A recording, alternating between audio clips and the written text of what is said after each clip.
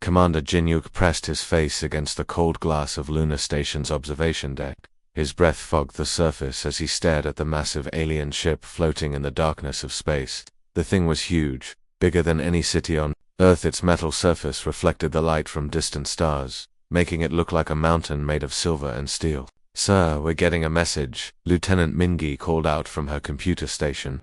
Her hands were shaking as she worked the controls. Everyone in the room could feel the fear in the air. For one whole week, nobody on Earth had slept well. Ever since the aliens first appeared, people had been asking the same question: what do they want from us? The answer came in the form of a ghost-like figure that appeared in the middle of the room.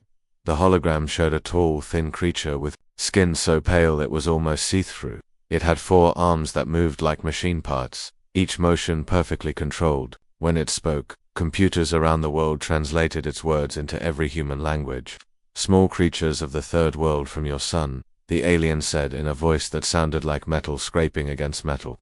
"You will bow to the hegemony. Within 30% of your days, you will give us 40 parts of every 100 of your stuff and 20 parts of every 100 of your people to work for us. If you do this, you will live.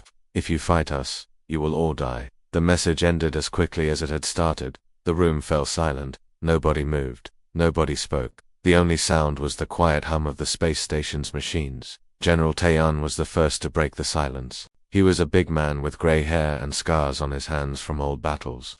30 days, he said slowly, looking around the room at all the important people from every country on Earth. "They want us to give up everything we have worked for. Everything. We are." Dr. Subin, a smart woman who studied alien life, brought up pictures on the big screen. The pictures showed how powerful the alien ship was. "Their weapons are much better than ours," she said sadly. "Their shields are stronger, their engines are faster. If we think about this with our heads and not our hearts, we should give up now." "Give up," Jinuk said quietly, still looking out at the alien ship. "That's what they expect us to do." He turned around to face everyone in the room. "But they don't know humans. They don't know that we have never been smart when it comes to being free. We do stupid things when someone tries to make us slaves." All across Earth, people started talking. Phone calls, emails, radio messages. Everyone was trying to figure out what to do. President Wonho spoke to the United Nations for 18 hours straight. His voice was tired, but his words were strong. "We will not trade our freedom for our lives," he said. In labs around the world, scientists like Dr. Hunwoo worked day and night. They used big telescopes and computers to study the alien ship from far away. Every piece of information they could get might help Earth fight back. They had only 30 days to learn secrets that took the aliens hundreds of years to discover. In factories, regular people like Ji-hoon and Soyang watched their jobs change overnight. Instead of making cars or phones, they were now making weapons and armor. Everyone knew the work was dangerous and the chances of winning were small, but nobody complained. They had families to protect.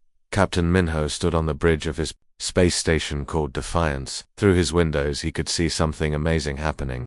Ships that were made to carry cargo were lining up to get weapons put on them. Old cargo ships, mining ships, even rich people's party ships. All of them wanted to fight. Countries that had been enemies for years were now sharing their best weapons and secrets. An old cargo ship captain named Park walked up to Minho. "My ship can't fight much," the old man said, "but I can ram it into one of theirs if needed." Minho put his hand on the old man's shoulder. "Let's hope it doesn't come to that." But everyone knew it probably would. Down on Earth, people were doing things that seemed impossible. Enemies became friends. Rich people gave their money to buy weapons. Poor people worked for free in weapons factories. Children too young to fight helped by carrying messages and bringing food to the workers. Mrs. Kim, who ran a small restaurant in Seoul, started cooking meals for the soldiers. "My son is fighting up there," she said, pointing at the sky. "The least I can do is feed his friends." Commander Jinuk sent a message to every human ship, station, and base in the solar system. His voice was calm, but everyone could hear the steel in his words. "They want an answer in 30 days. Let's make sure they get one they will never forget." In the distance, the alien ship waited like a sleeping monster. But on Earth and in space around it, humans were getting ready for the biggest fight in their history. They knew they would probably lose. They knew most of them would die. But they also knew something the aliens didn't understand. Sometimes losing while fighting is better than living as a slave. The countdown had begun. Fleet Commander Kethrel stood on the bridge of his massive warship, looking at the screens that showed him everything happening in space around Earth. His ship was one of 50 that had come to collect their new slaves. This should have been easy. Every other world had given up without a fight. But something was wrong. "Commander," one of his officers said, "we are seeing many ships around the planet. The humans did not surrender." Cathral's 4 eyes narrowed as he studied the displays. Where he expected to see a quiet, defeated world, he saw thousands of ships moving in organized groups. They had turned their entire solar system into a fortress. "Impossible," he whispered. "No primitive race has ever done this." Far below on Earth's moon, Commander Jinyuk spoke into his radio. His voice reached every human ship, station, and base in the solar system. "Today we show them what happens when you threaten Earth." The first attack came from the darkness between the planets. The aliens thought they were flying through empty space, but the humans had been busy during those 30 days. Old mining explosives had been hidden inside asteroids and pieces of space junk. As the alien ships moved forward, the bombs exploded all around them. The alien shields glowed bright blue as they absorbed the explosions. Most of the ships survived, but they were forced to slow down and group together to protect each other. This was exactly what the humans had planned. Lieutenant Dae-yoon gripped the controls of his ship, Soul's Pride. It used to carry food and supplies between Earth and Mars. Now it carried the biggest bombs humans could make. Around him flew dozens of other ships, cargo haulers, mining vessels, and even tourist ships that had been turned into weapons. "This is Dae-yoon," he said into his radio. "All civilian ships, follow me. We're going to hit them from the side." "Are you crazy?" came a voice from another ship. "Those are warships. We're flying in cargo containers." "Yes," Daeon replied, "but we have something they don't expect. We have nuclear bombs, and we're not afraid to use them." The small human ships accelerated toward the alien fleet like angry wasps. They were much smaller and faster than the alien warships. Some of them carried nuclear weapons that had been sitting in old military bases for decades. The humans had taken them out and put them on their civilian ships. "For Earth," Daeon shouted as he flew his ship straight at the nearest alien vessel. Behind him, the nuclear weapon exploded in a ball of white fire. The alien ship's shields flickered and went dark. Dr. Hyjin sat in a deep, underground bunker beneath the city of Seoul. Around her, dozens of computer screens showed the battle happening in space above. She was like the conductor of an orchestra, but instead of music, she was conducting a war. "Defense grid Alpha, fire," she commanded. All around Earth, weapons that had been built in just 30 days began shooting at the alien ships. They were not fancy weapons, just big guns that threw chunks of metal very fast. "Defense grid Beta, fire." More weapons joined the fight. These were lasers powered by the same systems that had once provided electricity to Earth's cities. "Enemy formation is breaking apart," she reported to Commander Jinyuk. "They're not used to this kind of resistance." On his flagship, Fleet Commander Cathral watched his perfect battle plan fall apart. The humans were not fighting like other races. They did not line up their ships in neat rows. They did not try to protect their important vessels. Instead, they were everywhere at once, attacking from all directions. "Sir," his communications officer reported, "we are losing contact with the Destroyer of Worlds."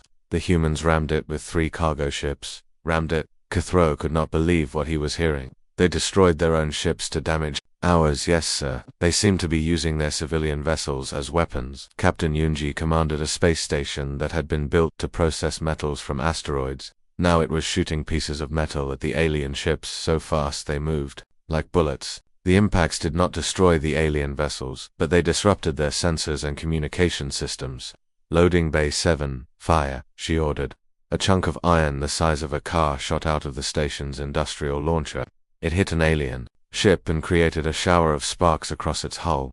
Major Seokshin led a squadron of small fighter ships. They had been built quickly using parts from cars, airplanes, and anything else that could fly. They were not pretty, and they were not very strong, but they were fast and hard to hit. "We can't beat them with strength," he told his pilots, "so we'll beat them with speed and surprise." His fighters swarmed around the alien ships like insects around a giant. When they ran out of bullets, some of them rammed into the enemy vessels, sacrificing themselves to damage the invaders. The battle raged for hours.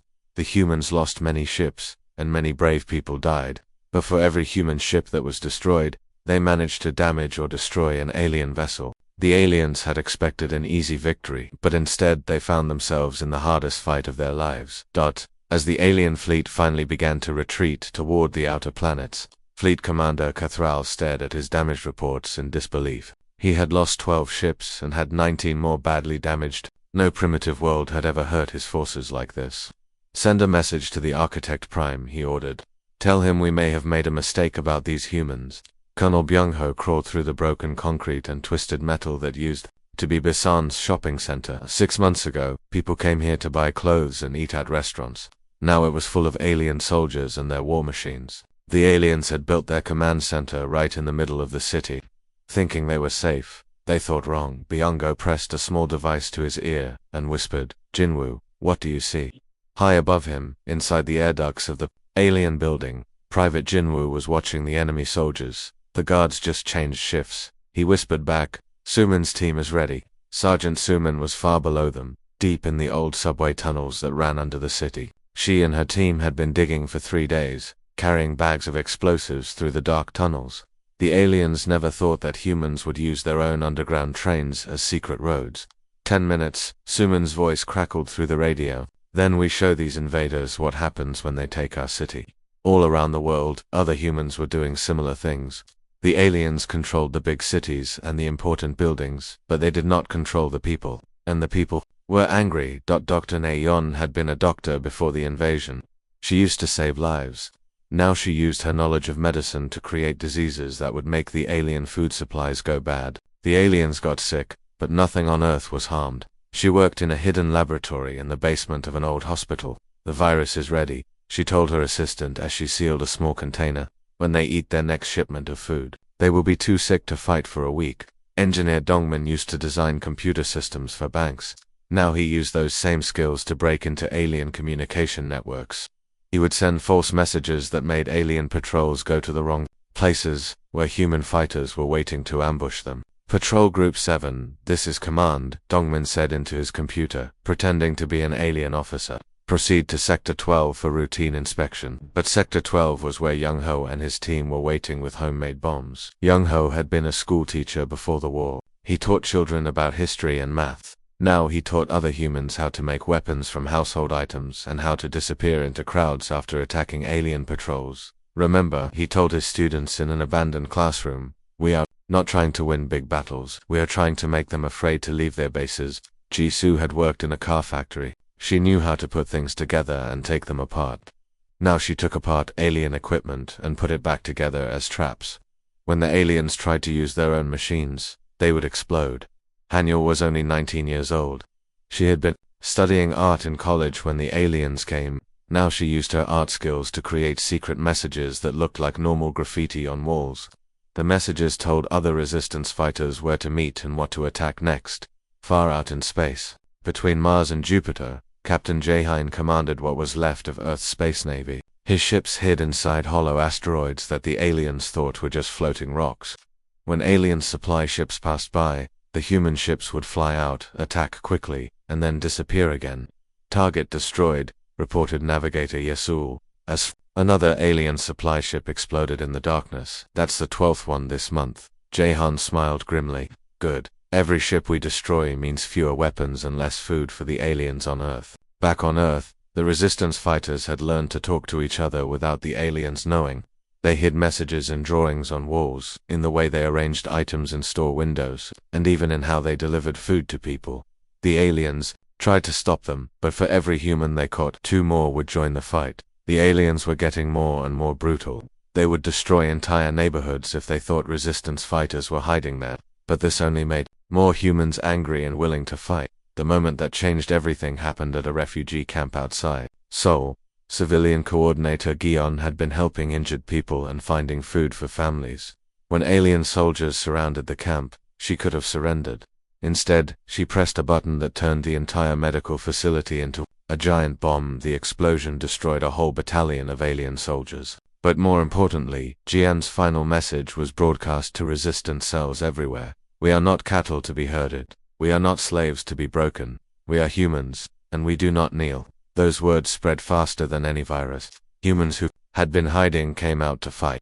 People who had been thinking about giving up decided to keep fighting. The message was painted on walls, whispered in dark alleys, and broadcast over secret radio stations. Commander Kethril sat in his command ship, looking at reports of attacks, sabotage, and destroyed supplies. His officers told him about humans. who would rather die than surrender, about resistance fighters who appeared from nowhere and vanished like ghosts. I don't understand these creatures, he told his staff. Other races fight to win, but these humans, they fight because they cannot imagine not fighting. How do you defeat an enemy like that? Nobody had an answer. Architect Prime Voss stood alone in his private room on the biggest alien warship. All around him, floating pictures showed information about humans that his computers had collected. The more he read, the more worried he became. What he was learning about these strange creatures from Earth was keeping him awake at night. Bring me the human prisoner, he ordered his guards. A few minutes later, they brought in Professor Zhu Hong. The man had been a teacher at a university before the aliens captured him. Even though he had been locked up for months, he still walked, with his head high and his back straight. The aliens had taken his freedom, but they could not take his pride. Sit down, human, Voss said, pointing to a chair with one of his 4 arms. I need you to explain something to me. Juan sat down but kept looking directly at the alien leader. What do you want to know? Voss waved his hand, and the floating pictures changed to show battles from Earth's history. Your people have a way of fighting that I do not understand. You call it guerrilla warfare. Explain this to me. The professor looked at the pictures of ancient battles, modern wars, and resistance movements. It's not just a way of fighting, he said quietly. It's who we are. For more than 10,000 years, humans have been fighting enemies who were bigger and stronger than us, and we learned how to win anyway. Voss pointed to different displays with his multiple arms. The numbers floating in the air were huge. Your kind has fought 14,531 wars that we know about. You have created 847 different ways to fight battles. You have made weapons designed to kill other humans. His voice shook with something that might have been fear. What kind of creatures are you? Survivors, Juyun answered with just one word. The alien leader began pacing around the room. His 4 arms moved nervously as he spoke. Every other race we have conquered gave up when they saw our power. The Xanthari surrendered after we destroyed one of their cities. The Arcturians begged for mercy when we showed them our weapons. But you humans, you fight harder when we hurt you more. Juin nodded. That's because you don't understand what freedom means to us. It's not something we can live without. Voss stopped pacing and stared at a display showing human children playing war games in a schoolyard. Even your young ones practice fighting. Even your entertainment is about conflict and battle. We tell our children stories about heroes who never gave up, the professor explained. We teach them about David, who killed a giant with just a stone. We tell them about 300 Spartan warriors who held off an entire army. We sing songs about people who died rather than surrender. The aliens' 4 eyes blinked in confusion. But why? Why do you celebrate death and suffering? We don't celebrate death, Juin said firmly. We celebrate the choice to die free rather than live as slaves. That's something you can't understand because your people have always been the ones doing the conquering. Voss turned to another display that showed reports from across his empire. For the first time in 1,000 years, other conquered races were starting to rebel. The peaceful Xanthari had begun sabotaging their own mining equipment. The quiet Arcturians were secretly meeting to plan resistance actions. Even the robotic construct species had started asking questions about why they had to obey. This is your fault, Voss accused, pointing at the professor. Your broadcasts, your resistance, your refusal to submit, it's spreading to other worlds. Juyun smiled for the first time in months. Good, maybe they're finally remembering what it feels like to be free. The alien leader brought up more displays showing human military tactics throughout history. You have studied war like other species study, art, or music. Every human conflict has taught you new ways to fight. When we attack your cities, you disappear into the countryside. When we control the countryside, you hide in the cities. When we destroy your weapons, you make new ones from garbage and scrap metal. My grandfather fought against invaders when he was young, Juin said. His grandfather did the same. Every human alive today is descended from people who fought for their freedom. It's in our blood. Voss pulled up a file that made him particularly uncomfortable. You have a saying, live free or die. Most races would choose to live under our rule rather than die fighting us. But your people actually choose death. Not death, the professor corrected. We choose to live as humans rather than exist as slaves. There's a difference. The alien sat down heavily in his chair. For weeks he had been receiving reports of increasing resistance across his empire. Ships were being destroyed, supply lines were being cut, and entire planets were starting to question hegemony rule. Or because one small blue planet had refused to surrender. What have we awakened? Voss whispered to himself. June heard the question and answered. You've reminded the galaxy what freedom looks like. Every species you've conquered still remembers what it was like before you came. They just needed someone to show them that you could be fought. Outside the windows of the command ship, space looked the same as always, but Voss knew that everything had changed. The humans had done something no other race had ever managed. They had planted the idea that the hegemony could be defeated. Ideas, Voss was learning, were the most dangerous weapons of all. Admiral Sung-hoon stood on the command bridge of his warship, the Incheon Vengeance, looking out at the largest collection of human ships ever brought together in one place. 2 years had passed since the aliens first arrived at Earth. 2 years of fighting, hiding, and dying. But now, finally, the humans were ready to strike back. All ships, listen to me. Sung-hoon spoke into his communication device. His voice reached 347 different vessels floating in the darkness around him. Today we don't just fight for our home world, we fight for every planet that has ever wanted to be free. The ships around him were strange to look at. Some had been cargo haulers before the war, others were mining vessels or passenger ships. But all of them had been changed into weapons. They were covered with armor made from scrap metal, armed with guns built from spare parts, and crewed by people who had learned to fight by fighting. Captain Hansel commanded a ship called Bizan's Fury. It was ugly pieces of alien technology welded together with human steel, painted in different colors where repairs had been made. But it was strong, and it could fight. The plan they were about to attempt was so dangerous that most military experts would have called it suicide. While the human fleet attacked the alien command center in space, resistance fighters on 67 different worlds would rise up at the same time. It could only work if every human involved was ready to die for freedom. First wave, move forward. Hansel ordered his ships. They accelerated toward the alien defensive line like bullets shot from a gun. The aliens were ready for them. Bright beams of energy lit up the darkness as the two fleets began to fight. But something was different this time. The humans had learned from 2 years of war. They knew how to fight smart, not just hard. We broke through their first line, Commander Jae-jin reported from her ship, Seoul Rising. The enemy ships are spreading out. They don't know how to handle our attack pattern. While the space battle raged above, something even more important was happening on the planets below. General Tyone, who had spent 2 years fighting in the shadows and tunnels, finally led his forces into the open on Earth's Australian continent. Resistance cells. This is General Taeyeon, he broadcast on the secret radio network. Today we stop hiding. Today we take back our world. His soldiers moved like ghosts through the alien-occupied cities. 2 years of underground warfare had taught them exactly where the aliens were weak and how to hit them where it hurt most. Dr. Suyang, who had been coordinating resistance activities across the Pacific region, watched from her hidden command center as alien communication towers went dark one by one.